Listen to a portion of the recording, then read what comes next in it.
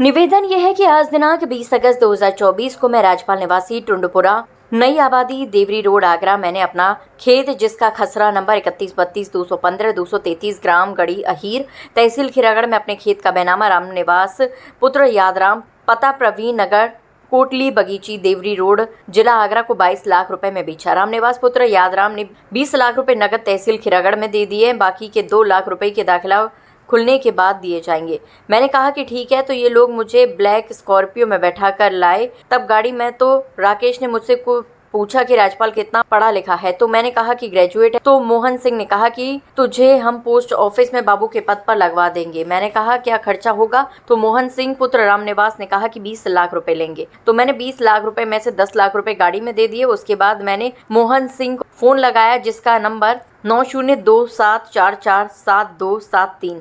तो मोहन सिंह ने कहा कि अभी काम चल रहा है और फिर करीब 4 माह बाद मैंने राकेश पुत्र रामचरण निवासी थाना शमशाबाद गांव चितौरा को फोन किया जिसका नंबर 991190873885। तो राकेश ने जवाब दिया कि 3 महीने और रुक जा। कहा कि तुम मेरे पैसे वापस कर दो। तो इनकी रिकॉर्डिंग मोबाइल में कर ली। फिर मैंने कुछ दिन बाद रामनिवास पुत्र यादराम को फ़ोन किया जिसका नंबर 9219146239। रामनिवास ने कहा कि तू मेरे घर पर आ जा। मैं रामनिवास के घर आ गया। तो रामनिवास ने मुझसे कहा कि तू 10 लाख रुपए और दे 4-5 दिन में। तो मैंने 10 लाख रुपए नगद राकेश व रामनिवास के घर पर दिए जिसका वीडियो मैंने चुपचाप बना लिया जिसमें दोनों रुपए गिनते दिखाई दे रहे हैं। कुछ दिन बाद मैं रामनिवास के घर गया तो मुझको गंदी गंदी गालियां देने लगा और कहने लगा कोई पैसा नहीं है तेरे पर, क्या सबूत है? तो मैंने कहा कि पुलिस थाने सदर जा रहा हूं। तो रामनिवास ने कहा कि तू कहीं भी जा, तुझे पैसा वापस नहीं करूंगा। मेरे साथ फ्रॉड हो गया है नौकरी के।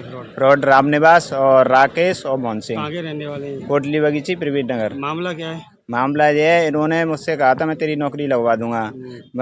तो मेरे पास मैंने कहा इतने पैसे कहाँ से लाऊंगा? तो इन्होंने कहा तेरे पास कुछ है? मैंने कहा मेरी ज़मीन है। तो इन्होंने मेरी ज़मीन का सौदा करवा दिया और सौदा कराने के बाद पैसे दे दिए गिन के 20 लाख रुपए। 22 लाख का सौदा हुआ था। उसके बाद इन्होंने कहा तो तेरी नौकरी लगवा देंगे, तू पैसे हमें दे दे। तो मैंने 10 लाख रुपए तो उसी दिन दे दिए थे। 10 लाख रुपए दे के उस दिन फिर उसके बाद ये कहते रहे 3 महीने रुक जा, 4 महीने रुक जा, मैं तेरे लगवा दूंगा। अभी काम चल रहा है, प्रोसेसिंग हो रही है। उसके बाद मैंने कहा भाई नहीं हो रहा तो मेरे पैसे वापस कर दो। तो इन्होंने कहा अरे यार अभी उसमें थोड़े पैसों की और ज़रूरत पड़ेगी। तो मैंने कहा ठीक है सर, मैं और पैसे दे दूंगा तुम्हें, तो मेरा काम तो करवाओ। तो इन्होंने कहा चल आ जा घर पे और पैसे दे देना। मैं ठीक है, मैं तुम्हें घर पे आके पैसे दे दूंगा।